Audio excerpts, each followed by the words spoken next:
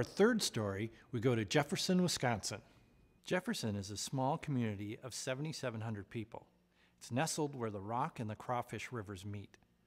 The city was first settled in 1836, and every September they roll out their strong German heritage and celebrate Gemütlichkeit days. Here we caught up to a man who has found himself on an amazing journey through his family's history and his personal connection to past Jefferson manufacturing. It all began with the death of his grandfather in 1978. Hello, my name's Jeff Haberman from Jefferson, Wisconsin. The motorcycle sitting behind us is my 1914 Jefferson, and it's from Jefferson, Wisconsin here. It's got the Mack V-twin in it, and that motorcycle is pretty futuristic of the time with its, overhead valves, twin cam, and it was 78 miles an hour right from the factory. And the unique thing about the Jefferson was their quarter elliptical suspension. And we all thought that Perry Mack was actually the engineer behind it, but after researching it and digging out the patent drawings, it was actually Frank Kalichko. He designed that suspension, and that was one of their big selling points of the smooth ride that the Jefferson had. And a lot of guys thought it was a pretty sweet ride. And on some of the racers, they took the suspension off. They felt that it worked a little nicer, and it's pretty incredible that on that machine there that they put so much of an investment of all the nickel plating on the machine. But nickel wasn't too expensive back then. Well, when I was growing up as a kid, we always had a few motorcycles around the backyard. We lived right by the fair park, so it's like there's always action going on. And we built mini bikes, and we tried crazy combinations. And I had a couple Hondas and a stubborn old Brigstone, and it was always cool. My cousins would come over, and they always knew that there's motorcycles for everybody to ride, and it wasn't until 1978, my grandfather's funeral that, we're cleaning out the house, and my dad says, "Hey, you want Grandpa's photo album?" And he hands it to me, and I open it up, and I go, I never knew that Grandpa was into motorcycles. All the times we sat around and, talked, and I open it up and I go, well, what are these? I never even heard of the Jefferson, and that just started me on a journey that just is, I see no end to it, that it's like I keep coming up with more photographs, blueprints, and in stories that it's just such an incredible story. I don't know, where it's ever going to end, and I guess I wasn't happy until I could finally get a bike myself, and we displayed it and had it in a museum, and it's really turned out to be a incredible journey. In 2006, we went to Davenport and debuted the Jefferson that's behind me right here. And one of the guys, he was talking, he says, Perry Mack's son is still alive. And we're all thinking, he's got to be a pretty old man for Perry Mack's son. And I go, well, I'm going to look him up when I get back from Davenport.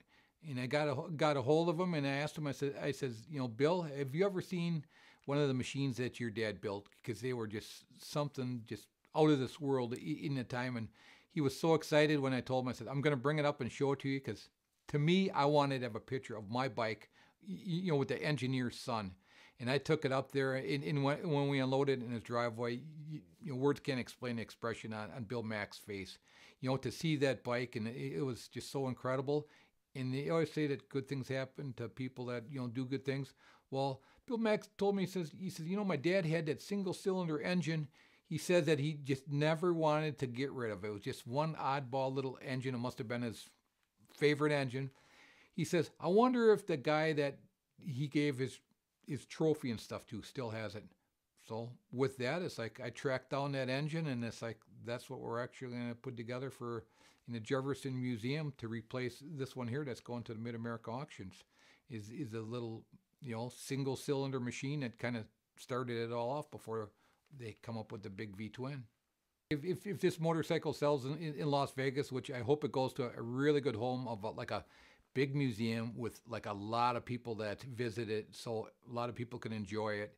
Then I want to, put together from all the knowledge that I have on this bike, that little Perry Mack single that I got from, Mack's son, tipped me off on. And I think, then we'll have something again in Jefferson at our museum, and maybe the V-twin here will go to somewhere big where everyone can enjoy it. $7,500 the offer, and now $8,000 here. Somebody give $8,000 here. Anybody give 75? Who give 8,000? $8,000 here. Anybody give 75? And about $8,000. Another give 8 here. Anybody give 8? I'll take 77.5. 75 here. Gotta be 7.5. 77.5 here. Anybody give 75? 77.5. That's 75 and about 750. Somebody give 70. We're paying particular attention to the Jefferson today because this is the first time in living memory that a Jefferson has come up for public sale at an auction. And the bike is so important in American motorcycle history and so rare.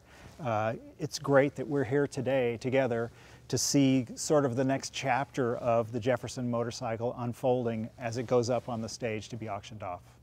And I'm thinking of a starting bid of around 150, but you tell me where you want to start the Jefferson. Who give 125? 125,000, $100,000. Where do you want to start this?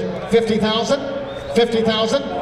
40, now 50. How about 40,000? Now $50,000 on it. How about 40, 50, 40,000? You got 50. Now a bike in this caliber, worth $45,000 to $55,000, maybe more. It's an auction. You see what happens. But a bike like this, very rare and one of hard to call the shot, but very nice bike. And someone would be very lucky to own a bike like this. Very, very, very rare bike.